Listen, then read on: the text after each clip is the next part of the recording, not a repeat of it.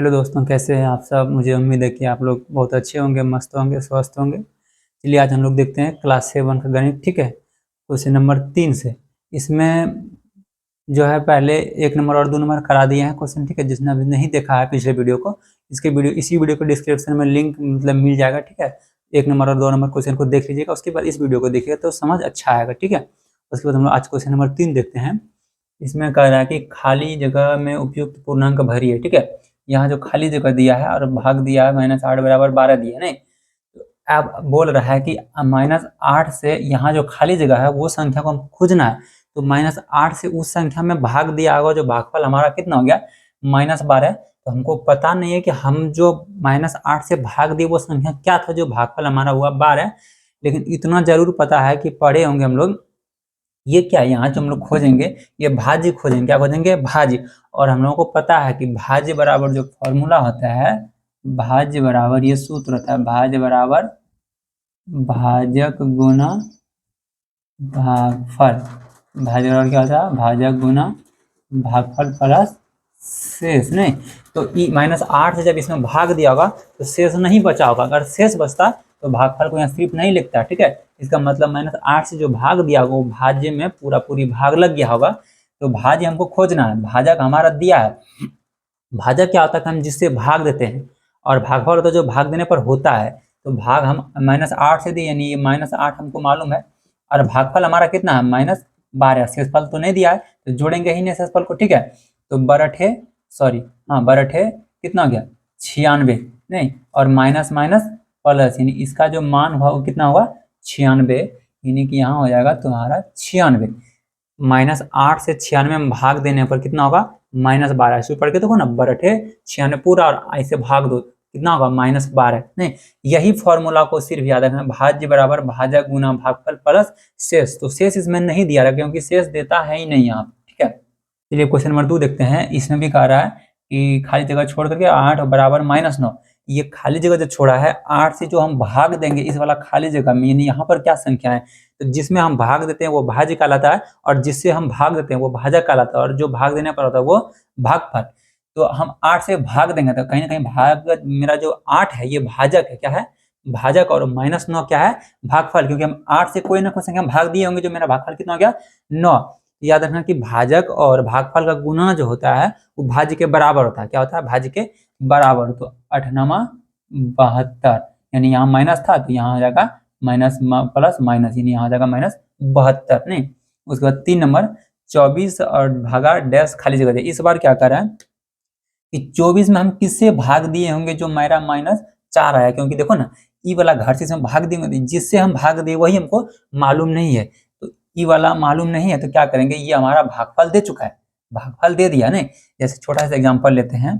मान लो कि हम 4 से अगर भाग देंगे 8 में, नहीं तो 4 दूना 8 कितना बार में लगा 8। अब यही चीज कह देगा, ऐसा दे देगा कि 8 में हम भाग दिए, अब किससे दिए ये नहीं पता, लेकिन हमारे भागफल हुआ कितना हुआ 2। तो ई कैसे है कि इससे इसमें भाग दो तो जो भागफल निकल के आएगा इसका बीच में वही भाजक होगा। तो अब 2 से 8 दुक्का में 8 क्या बार में 4 बार में, यानी 4 से इसमें भाग दिया होगा जो इतना 2 आया। तो वही है कि 4 का में 24 क्या बार में, तो 6 बार में, और माइनस और यहाँ प्लस माइनस प्लस माइनस, यानी कि -6 से इसमें भाग दिया होगा, जो आंसर कितना हुआ -4। ठीक, अब क्वेश्चन नंबर 4। फिर -80, और इसको भाग दिया है, किससे दिया इन्हें पता है, लेकिन भागफल कितना हुआ 10 हुआ। तो बस भागफल जैसे पता चला और ये भाज्य दिया है, तो भागफल से भाज्य में भाग देने पर हमारा जो है भाजक प्राप्त हो जाएगा। तो 10 8 80, यानी 8 बार में माइनस है, माइनस यहाँ प्लस, यहाँ माइनस माइनस प्लस माइनस, यानी कि जो है -8 से 80 में भाग -80 में भाग दिया होगा तब ना भागफल 10 होगा। माइनस माइनस प्लस 8 धन 80 उड़ गया।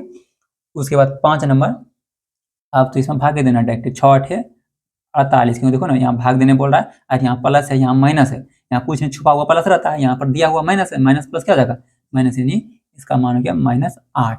अब क्वेश्चन नंबर 4, इसमें है कि निम्नलिखित में कौन सत्य तथा कौन असत्य है, हल कीजिए व बताइए। इसका सॉल्व में भी करना है, और सत्य है असत्य मतलब यहाँ दिया -4/2 बराबर 2 भागा और -4 दिया, ये सही है या गलत है इसको प्रूव करना है, और सॉल्व भी करेंगे। नहीं, इसको बना के देखते हैं।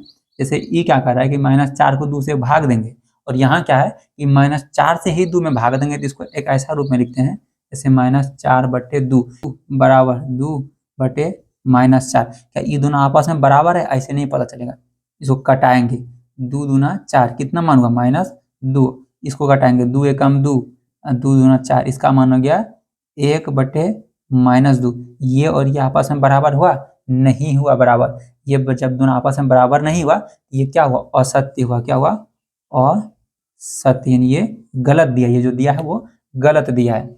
उसके बाद 3 नंबर, -2/4 और ब्रैकेट के बाहर -6/6 दिया है बराबर -2/4/6 नहीं। ये क्या है ई भाग दे रहा है इसको, तो -2, हाँ, और भाग देगा कौन? 4 देगा, और ये भागा है 6 बराबर -2, और ये भाग दे रहा है किसको? 4/6, ऐसा मान हो जाएगा नहीं। अब एक चीज करना है कि यहाँ पर कर सकते हैं भाग का उल्टा गुना, यहाँ भी कर सकते हैं भाग का उल्टा गुना, या नहीं तो इसको सॉल्व कर लें पहले। 2 एकम 2, 2 दूना 4, यानी ये मान हो गया -1/2। अब भाग का उल्टा गुना, यहाँ कुछ नहीं, बटन 1 रहेगा ना, यहाँ व्युत्क्रम करेंगे। क्या करेंगे? व्युत्क्रम, ठीक है। व्युत्क्रम इसका मतलब होता है उल्टा, व्युत्क्रम का मतलब उल्टा। तो भाग का उल्टा गुना, 1 नीचे है चल जाएगा ऊपर, 1 आ गया ऊपर, 6 ऊपर में आ गया नीचे, बराबर -2, यहाँ भी कटेगा, 2 दूना 4, 2 तिया 6, यानी इसका जो मान हुआ -2/2/3, ऐसा होगा ना। तो 2/3 जो होगा इसका भी व्युत्क्रम करेंगे, तो यहाँ 2/3 का व्युत्क्रम कर जाएगा 3/2, व्युत्क्रम का उल्टा, नीचे वाला ऊपर, ऊपर वाला नीचे, यानी यहाँ हो जाएगा आपका 3/2, यानी गुना 3/2, नहीं 2/3 था इसका व्युत्क्रम, 2/3। अब गुना होगा तो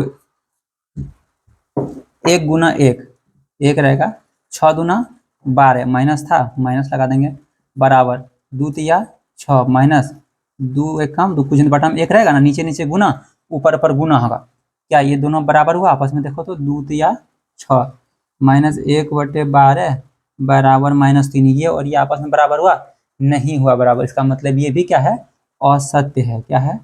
असत्य। ठीक, चलिए क्वेश्चन नंबर 3 देखते हैं। इसमें 3 में है कि -25/0 क्या कर रहा है कि 0 25 को भाग दे रहा है। नहीं, 0 25 को जब भाग देगा तो 0 आंसर नहीं होगा। क्यों? क्योंकि हमको पता है कि 0 का पहाड़ा नहीं होता है, 0 को पढ़ा नहीं जा सकता है। 0 इनफाइनाइट चीज है, अपरिभाषित चीज है, जिसको पढ़ा ही नहीं जा सकता, जिसका कोई परिभाषा नहीं है। ठीक है, इसलिए यहाँ जो 0 से भाग दिया है ना, 0 भागा -25, 0 से जब हम किसी संख्या में 0 से किसी भी संख्या में भाग देंगे, उसका भागफल 0 नहीं बल्कि अपरिभाषित होगा। क्या होगा? अपरिभाषित। और यहाँ दे दिया है 0, ये भी क्या होगा? असत्य। इसका आंसर होना चाहिए अपरिभाषित, लेकिन ये दे दिया 0, यानी ये क्या हो गया? असत्य हो गया, यानी ये गलत हो गया। नहीं, और यहाँ क्या क्या है कि 5/0, यानी 5 से 0 में भाग दिया, 5 से 0 में भाग दिया। और इसमें याद रखना, इसका देखो दोनों का थोड़ा थोड़ा उल्टा पुल्टा। नहीं, 0 से भाग दे रहा है, 0 में भाग दे रहा है, तो हमको पता है हम किसी भी संख्या से अगर 0 में भाग देंगे, 100 200 400 2 10 20 कुछ भी रहेगा, अगर हम उससे 0 में भाग देंगे तो भागफल हमेशा 0 होगा। भागफल हमेशा क्या होगा? 0। जैसे 5 से भाग दें 0 में तो भागफल क्या होगा? 0, यानी यहाँ हो जाएगा ये सही आंसर। जिसका दिया ये क्या दिया है? सही, यहाँ लिख देंगे सत्य। क्या हो जाएगा? सत्य। नहीं, और 5 नंबर -125/1। अब तो पता है कि किसी भी संख्या में 1 से भाग देने पर भागफल नहीं मतलब बदलाता है, जिसको हम भाग देते हैं वही आंसर हो जाता है। जैसे 1 से इसमें भाग देते भागफल बदलाएगा कुछ नहीं, जो आंसर जो जिसमें भाग दिए थे वही आंसर आ जाएगा। तो 1 से भाग -125 में दिए, तो एक -125 सेम टू सेम उतर जाएगा। यानी किसी भी संख्या में 1 से भाग देने पर भागफल नहीं बदलाता, यानी वो मान ही नहीं बताता, वो वही रह जाता है। ठीक है, वही भागफल बन जाता है। और यहाँ दिया है कि -45 से भाग दे रहे हैं -45 में, तो देखो -45 ऐसे और -45 रहेगा। नहीं, तो क्या माइनस माइनस कट जाएगा, 45 से 45 एक बार में कट जाएगा, इसका मान कितना जाएगा? 1। और जबकि यहाँ पर 1 दिया है, ये क्या दिया? इसका मतलब ये सही दिया। क्या दिया? सत्य। नहीं, और यहाँ पर भी सत्य होगा। ठीक है, ये भी सही है, ये भी सही है, ये भी सही है। ठीक है, अब